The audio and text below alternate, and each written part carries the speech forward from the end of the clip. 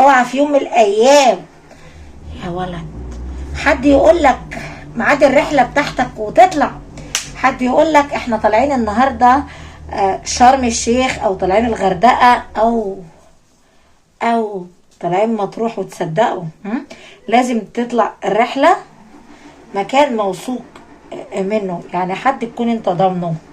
يعني انت مثلا عارف هناء الاسطوره، اسطوره الساحه والسوشيال ميديا، فانت اثق فيها. ليه؟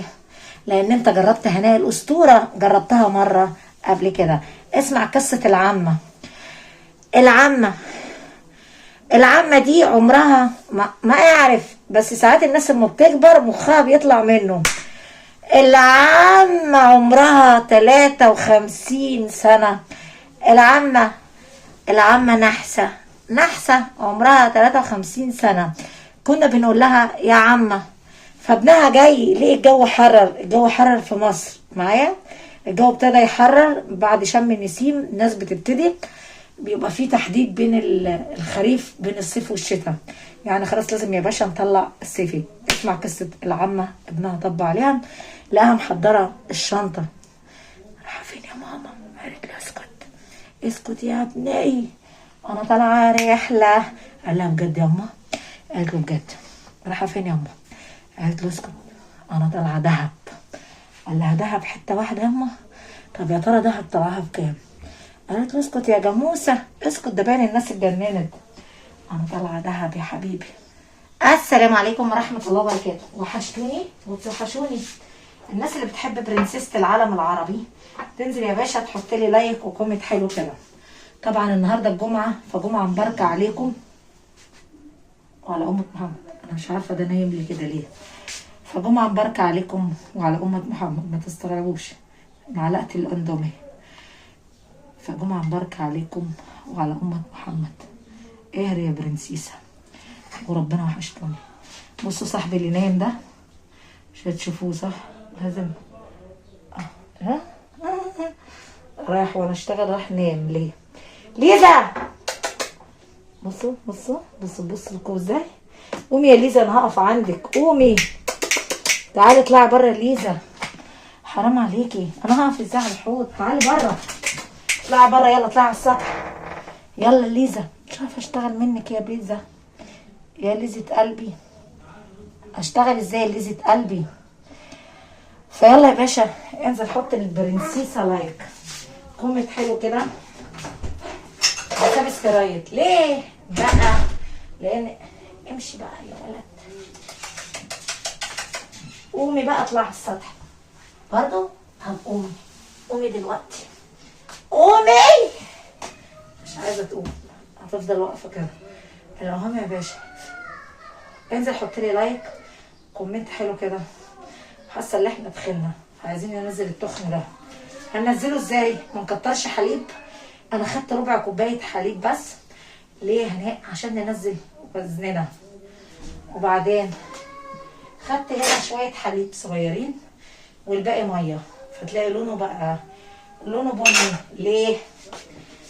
تعالى احكي لكم بقى اللي حصل لي. قومي بقى، اطلعي انا اكلتك وطعمتك. اسمها ليزا صاحبتي، بنت، ها الكلبه دي بنت، فصديقتي المستقبليه. فانا كهناء حطيت لها هنا حليب وعيش، وهنا ميه، بتحب الحليب بالعيش بالخبز يعني. المهم دي صديقتي، بتهيألي الكلاب اوفى من البني ادمين. المهم يا باشا انزل ارزع لايك لاحلى برنسيسه، لايك وكومنت حلو كده، وانزل صلي على الواحد عليه الصلاه والسلام، صلي على سيدنا النبي عليه الصلاه والسلام. تحيه من شعب مصر لكل راجل امه جابته محترم، ورحمه والديك. لو امك ميته يا رب بحق الجمعه دي يجعل مسواها الجنه، ولو ابوك ميت يا رب يجعل مسواها الجنه. طب لو ابوك عايش يا رب يطول عمره ويخليه لك ويخلي لك امك ويطول عمرها. هتنزل ترزع لايك لاحلى برنسيسه، لايك بقى وشرف امك. لايك وكومنت حلو كده، وانزل كده يا باشا صلي على الواحد. ما تنسى اللي انا زلمه على الله فقيره يا ابني، الفقير مع رب العباد. اقول لك على شويه اسرار. بجد والله. ساعات الناس بتكبر وتخيب، والله لازم ما اكذب عليك، بتكبر وتفوت، بالذات الناس الكبيره. شادي كان جايب مراته، لقي الجو حرر فقال لك اروح عند امي شويه. للاسف لا امه لما شنطتها، سالها سؤال غريب: يا ترى يا امي انت رايحه فين؟ قالت له اسكت يا جاموسه. قال لها اسكت يا جاموسه؟ انا يا امي ابنك الوحيد جاموسه؟ خير يا امي، ممكن اتشرف واعرف سعادتك رايحه فين؟ قالت له انا طالعه دهب، اليوم ب 200 جنيه مصري، يعني معدل 200 جنيه يعني $4. اسكت فرصه. الست اللي فاتحه محل على الشارع دي مطلعانا الرحله دي، تعرفها منين ياما؟ قالت له اسكت يا بقى، اسكت يا ابني، اسكت يا شادي، اسكت، الله يهدي لك نفسك يا ابني. فهي دي الكارثه اللي احنا جايين نحكيها النهارده. مش اي حد يقول لك هناء الاسطوره تصدقهولي، مش اي حد يقول لك هناء تبقى هرم مصر تصدقه. لازم تكون عارف هناء هرم مصر عشان تقدر تشتغل مع هناء وتفهم دماغ هناء. ما ممكن هناء دي تبقى واحده نصابه، واحده بتنصب وتلعب عليك، وانت اي حد يقول لك كلمه هتصدقه؟ يلا صدقه والله هناء صح. انزل حط لي لايك لما اخد واحد من ده. طبعا هناء ما بقتش تشتغل على الدهون وتشتغل على بتحاول تخف الدهون شويه، تحاول تخف الخبز وتخف السكريات، يعني تعمل صيام متقاطع. انزل حط لايك، كومنت حلو كده، سبسكرايب. اوحش حاجه في ان حد يقرطصك. قال لها ب 200 جنيه اليوم، ب 200 جنيه مصري. اصلا اللي عايز يطلع رحله دهب من قلب مصر ام الدنيا، من القاهره يعني، او يطلع مطروح، اقل نمره، تخيل اليوم بكام؟ اقل حاجه عشان تطلع رحله زي دي شامله بكله، زي مثلا 1200 الفرد، اليوم ب 1200 شامل بالباص. لازم تكون في قلب القاهره عشان تطلع الرحله دي. طبعا الكلام اللي احنا بنحكي عنه مش في فندق، شقه سكنيه عاديه. فايه اما يقولوا لها ب 200 جنيه يبقى في حاله نصب. فطبعا ابنها جاي لها شادي، سالها سؤال: يا ترى يا امي انت لما الشنطه دي وحضرتك مهاجره على فين؟ قالت له الجو حرر بقى يا ابني، انا طالعه رحله. اسكت رحله رخيصه. قال لها اسكت رحله رخيصه بكام يا امي؟ ب 200 جنيه مصري. قال لها ب 200 جنيه؟ 200 جنيه ياما؟ لا اكيد دول وراهم دول عصابه وايه وناويين مخططين لك لحاجه. ياما مفيش رحله بالكلام ده. مراته قالت لها يا حماتي بعد اذنك، هتلاقي الست اللي على الشارع مطلعاها، لو سمحت تقلعوا وما تشغلوا بالكم. قال لها حرام عليك يا ماما، ده انا جاي عشان اخدك يا امي، تقعدي معايا شويه في الخريف، فانت تقولي لي ان في رحله؟ حرام عليكي. قال لها خلاص اللي يريحك انزلي اعمليه، بس ما تزعليش بقى، وانا اللي نبهتك وانا اللي قلت لك، ما تزعليش. للاسف يا صاحبي ركبت الباص اكتشفت سر غريب كان مستخبى عننا نهائي.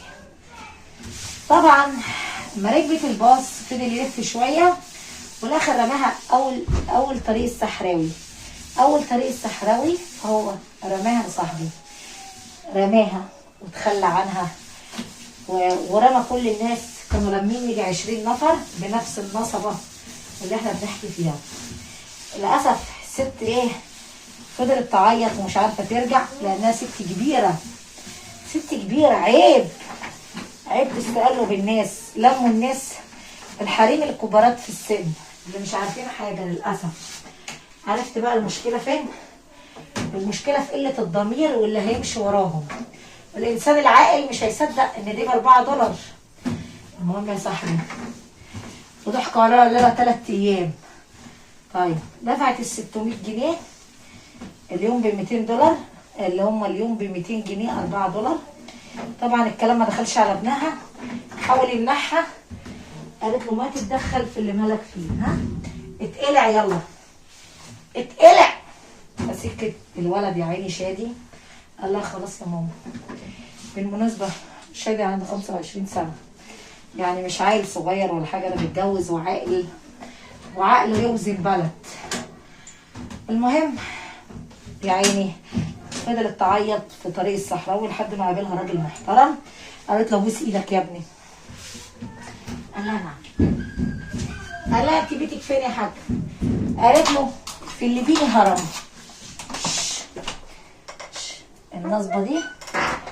النصبة دي اتعملت في الليبيني هرم.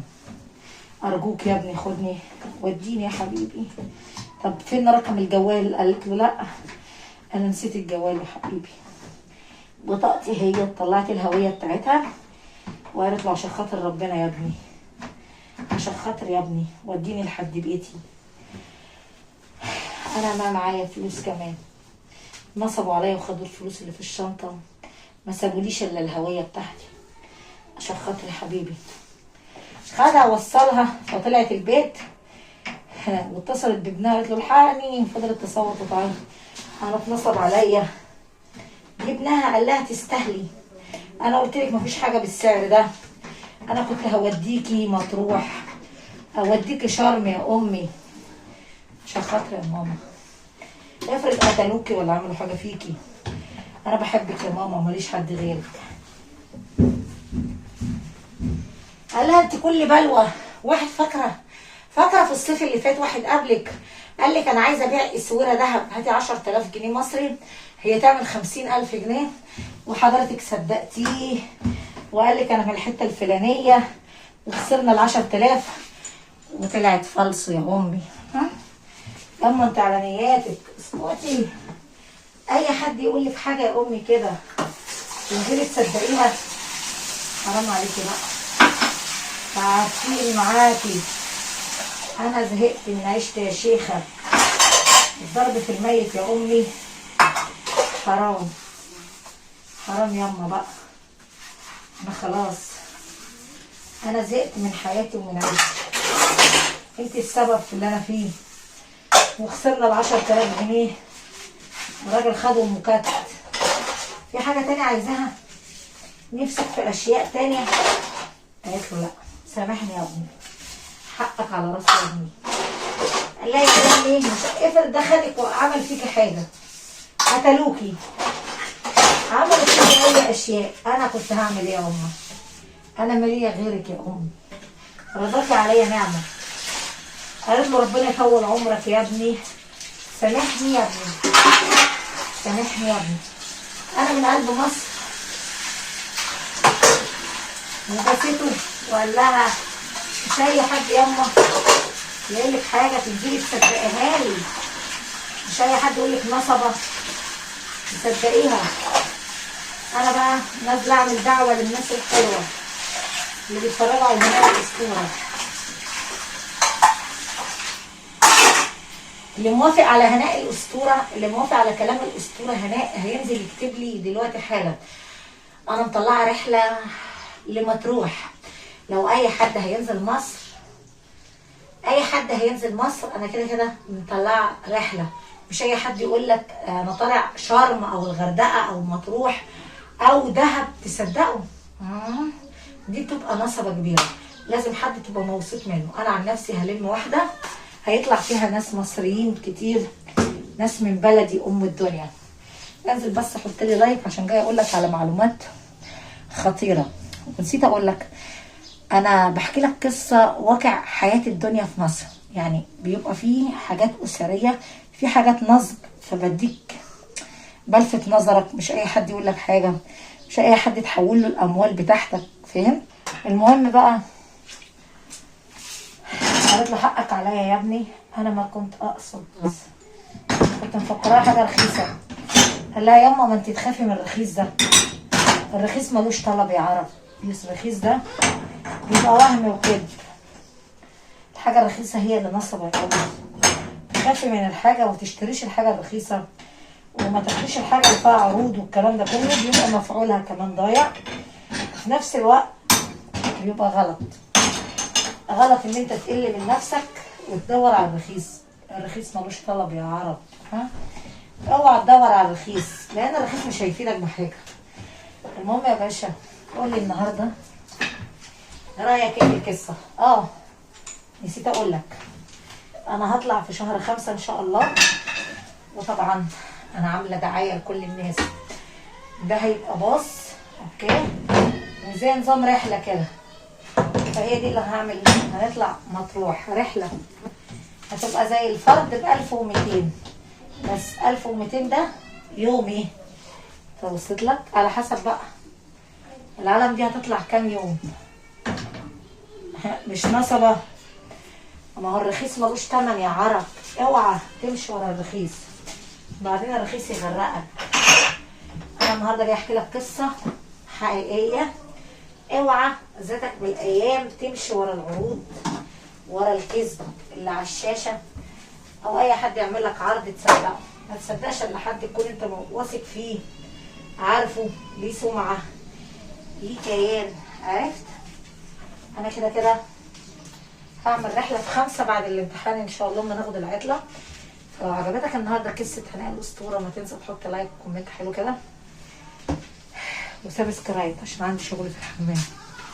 انا هناء، بحبكم وبحترمكم، بقول لك كلام حقيقي من قلب مصر. بشكر كل الناس اللي بتتابع احلى اسطوره مصريه. لو انت بتحبني زي ما سعادتك بتقول، انا ببص على الباب. لو انت بتحبني زي ما انت بتقول، هتنزل يا باشا تحط لي لايك وكومنت حلو كده وسبسكرايب. اوعى تنسى لعبه واحده. اتفضلي يا مدام هناء، ان انا بجري على لقمه عيشي. انا ست فقيره مصريه. الفقر يا باشا مش عيب، العيب ان احنا ناكل حرام، العيب ان احنا نغضب ربنا. اعمل ايه؟ حمد ربنا وشكراه على كل نعم الدنيا، على الستر ورضا ربنا. لو ما رضا ربنا كنت زماني في التهلكه. احبكم كتير.